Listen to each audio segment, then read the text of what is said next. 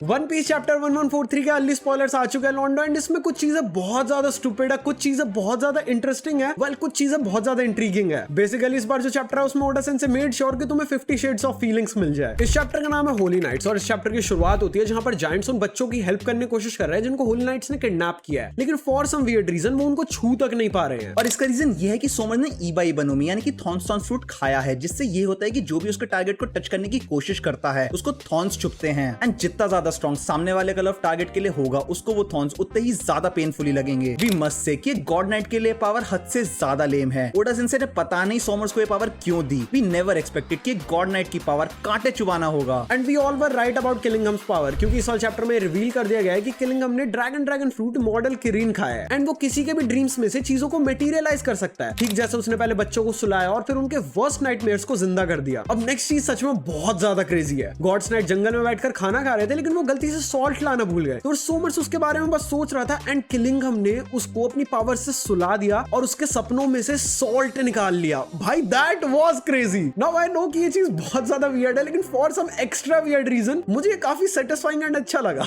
अब सीन वापस लूफी की साइड पर आता है, जहां पर लूफी अपने एक वीक पंच से लोकी को मारता है, पर लोकी उसी से बेहोश होकर गिर जाता है। ये सब कुछ हुआ मल्टीपल रीजंस की वजह से। सबसे पहले तो ये कि अभी रिसेंटली शैमरॉक ने उसे बहुत ज्यादा इंजर किया था। दूसरा ये कि वो बंदा सालों से सी प्रिजन स्टोन से बंधा हुआ है, एंड उसने खुद बोला था कि ये सी प्रिजन स्टोन मुझे वीक कर रहे हैं। और तीसरा पॉइंट ये है कि इतनी कमजोरी के बावजूद सी प्रिजन स्टोन से छूटते ही उसने एक इतना पावरफुल अटैक लॉन्च कर दिया जिसको उसकी कमजोर बॉडी नहीं झेल पाई, और लूफी के कमजोर अटैक से ही वो बेहोश हो गया। इसके बाद इवन जोरो भी पॉइंट आउट करता है कि वो पहले से ही ऑलमोस्ट क्लोज टू डेथ था। अब इसके बाद लूफी गेट्स को बोलता है लोकी को ट्रीट करने के लिए, लेकिन वो रेजिस्ट करती है। However in the end she agrees. अब सीन हजरुद्दीन के फ्लैशबैक में जाता है, जहां पर हम लोग देखते हैं कि हजरुद्दीन को लोकी बचपन से ही बुली करता है, एंड हजरुद्दीन बोलता है कि मुझे इससे अपने फादर के मर्डर का बदला लेना। चैप्टर के एंड में लोकी जाग जाता है और वो हजरुद्दीन को बोलता है कि क्या तुझे सच में ऐसा लगता है कि मैंने फादर को मारा क्योंकि मैं उनको मारना चाहता था? आई नो कि इवन तुझे भी इस चीज पर भरोसा नहीं है। एंड लॉन्डो ये समझो इतने टाइम से बोलते आ रहे हैं कि लोकी को यहाँ पर फंसाया गया है, वो चीज यहाँ पर कंफर्म हो जाती है। हम इतने टाइम से बार बार ये वाली चीज बोल रहे थे कि भाई उसको फंसाया गया है, उसको फंसाया गया है, but most of you didn't believe us. देखो एक सिंपल सी चीज है और वो है लूफी का इंस्टिंक्ट। लूफी की इंस्टिंक्ट बहुत ज्यादा स्ट्रॉन्ग है, एंड ही नोस कि कौन इंसान कैसा है, एंड एक ऐसा बंदा जिसको सबने ट्रैप कर रखा हो और उसको लूफी बचा रहा है, तो ऐसा हो ही नहीं सकता कि इन दी एंड वो बंदा बुरा निकलेगा। बाकी अगर तुम ये सोच रहे हो कि लोकी को क्यों फंसाया गया होगा, तो वो भी काफी सिंपल है। लोकी एक इतना ज्यादा पावरफुल कैरेक्टर है जिसको हराने में सभी के सभी जायंट्स तक फेल हो गए थे, जबकि वो इतने ज्यादा स्ट्रॉन्ग है कि वो ऑलमोस्ट कोई भी बैटल सिर्फ अपनी फिजिकल स्ट्रेंथ के दम पर जीत सकते हैं। तो एक बार बस सोचो कि अगर किसी को वो भी नहीं हरा पा रहे हैं, तो वो बंदा अपनी कंट्री के लिए कितनी बड़ी प्रोटेक्टिव वॉल होगा। अब अगर एक ऐसी प्रोटेक्टिव वॉल को तोड़ना है तो फिर आखिर क्या करना होगा? ऑफ कोर्स जो लोग उस वॉल के प्रोटेक्शन के अंडर हैं, उसी को उस वॉल के अगेंस्ट करके उन्हीं से उस वॉल को तोड़वा दो। अब एल्बाफ एक गवर्नमेंट रिकॉग्नाइज्ड नेशन नहीं है, एंड वो हमेशा से वर्ल्ड गवर्नमेंट के अगेंस्ट भी रहे हैं, जिसके वजह से वर्ल्ड गवर्नमेंट हमेशा से एल्बाफ को कंप्लीटली डिस्ट्रॉय करना चाहते थे, लेकिन लोकी के होते हुए वो चीज इतनी आसान नहीं थी, जिसके वजह से उन्होंने ये एक जाल फैलाया एंड ऑल द जायंट्स